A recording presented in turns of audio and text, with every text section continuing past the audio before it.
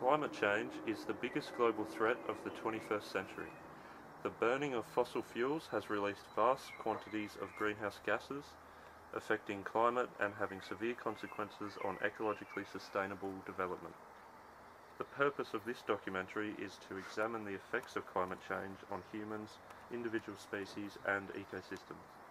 These effects will be discussed and critically analysed from both the scientific perspective and the sceptical.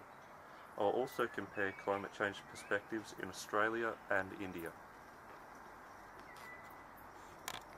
The burning of fossil fuels has provided economic development, but has also vastly affected the planet through global warming. There are opposing views on whether global warming actually exists. What history tells us is that worldwide temperatures have increased. This graph shows that global temperatures have warmed by 0.8 degrees Celsius since the 1850s, mostly in the last 3 decades. Natural disasters such as floods, drought and cyclones have increased. Diseases, starvation and mental health conditions have increased. The degree countries are affected by extreme weather events can be seen in this image. This map shows shades of red, the darker shades representing the more affected countries. Shades of grey and white indicate countries least affected by climate change.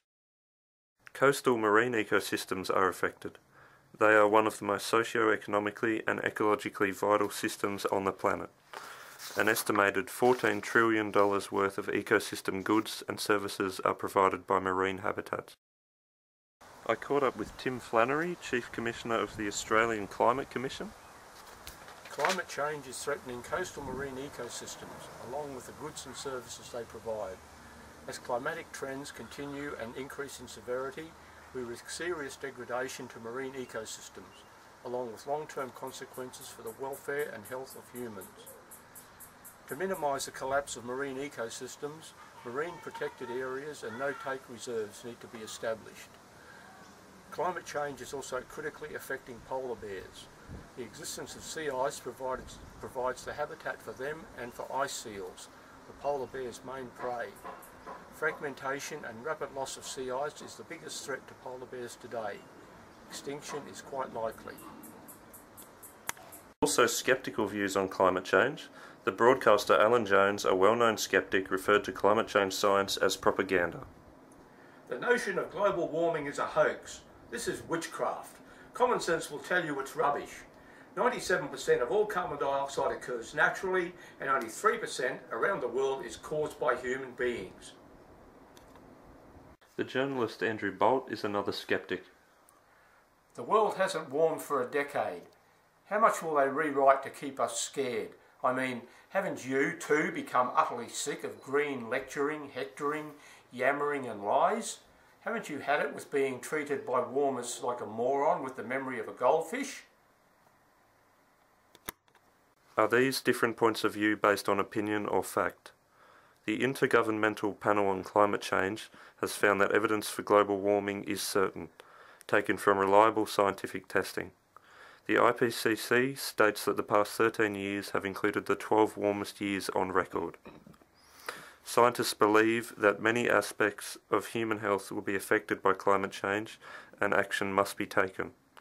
Wind and solar energy is required as well as education. Rich countries must reduce output to compensate for advancement in poor countries. The scientific viewpoints have considered all the elements of ecologically sustainable development.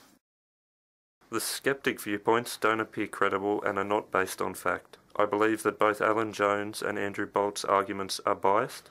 Jones has no scientific qualifications, and Bolt assumes that scientists are telling lies, but provides no evidence to suggest otherwise.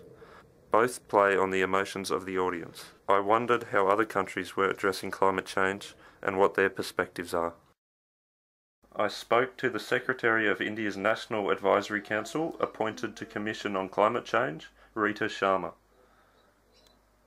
What is India's position on addressing climate change? India is a developing country with a huge population of 1.2 billion. India has committed to not allowing emissions per capita to exceed that of developed countries. However, India believes that continued development is vital to take hundreds of millions of people out of poverty, and agreements between countries have to be equitable. India has made significant headway into ensuring sustainable development, which is part of their commitment under the Kyoto Protocol. And what is the Kyoto Protocol? The Kyoto Protocol is an international agreement between countries on climate change, stating that different countries are assigned different targets in reducing greenhouse gases.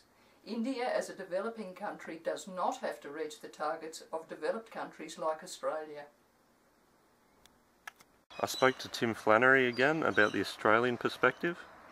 Australia is a developed country with 23 million people, also party to the Kyoto Protocol. This map shows participation of countries in the Kyoto Protocol.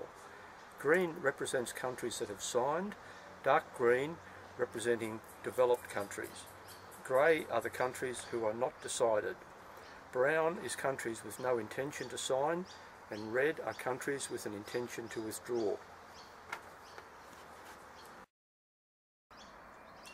It's worth noting that Australia only signed the Kyoto Protocol in 2007 and has the highest per capita greenhouse emissions of all countries. Australia's perspective now is that we act on climate change and contribute our fair share. We are guided by the Garnaut Review of 2011 to cut pollution, invest in renewable energy and establish a carbon price. Obviously, climate change is a worldwide problem. How it is addressed is totally different for different countries, dependent on their population size and economic circumstances. Equity is of the utmost importance. The scientific evidence has convinced me that there is no doubt the planet is warming due to greenhouse gases, and this is having a severe impact on humans, individual species, ecosystems, the environment, economy, and society.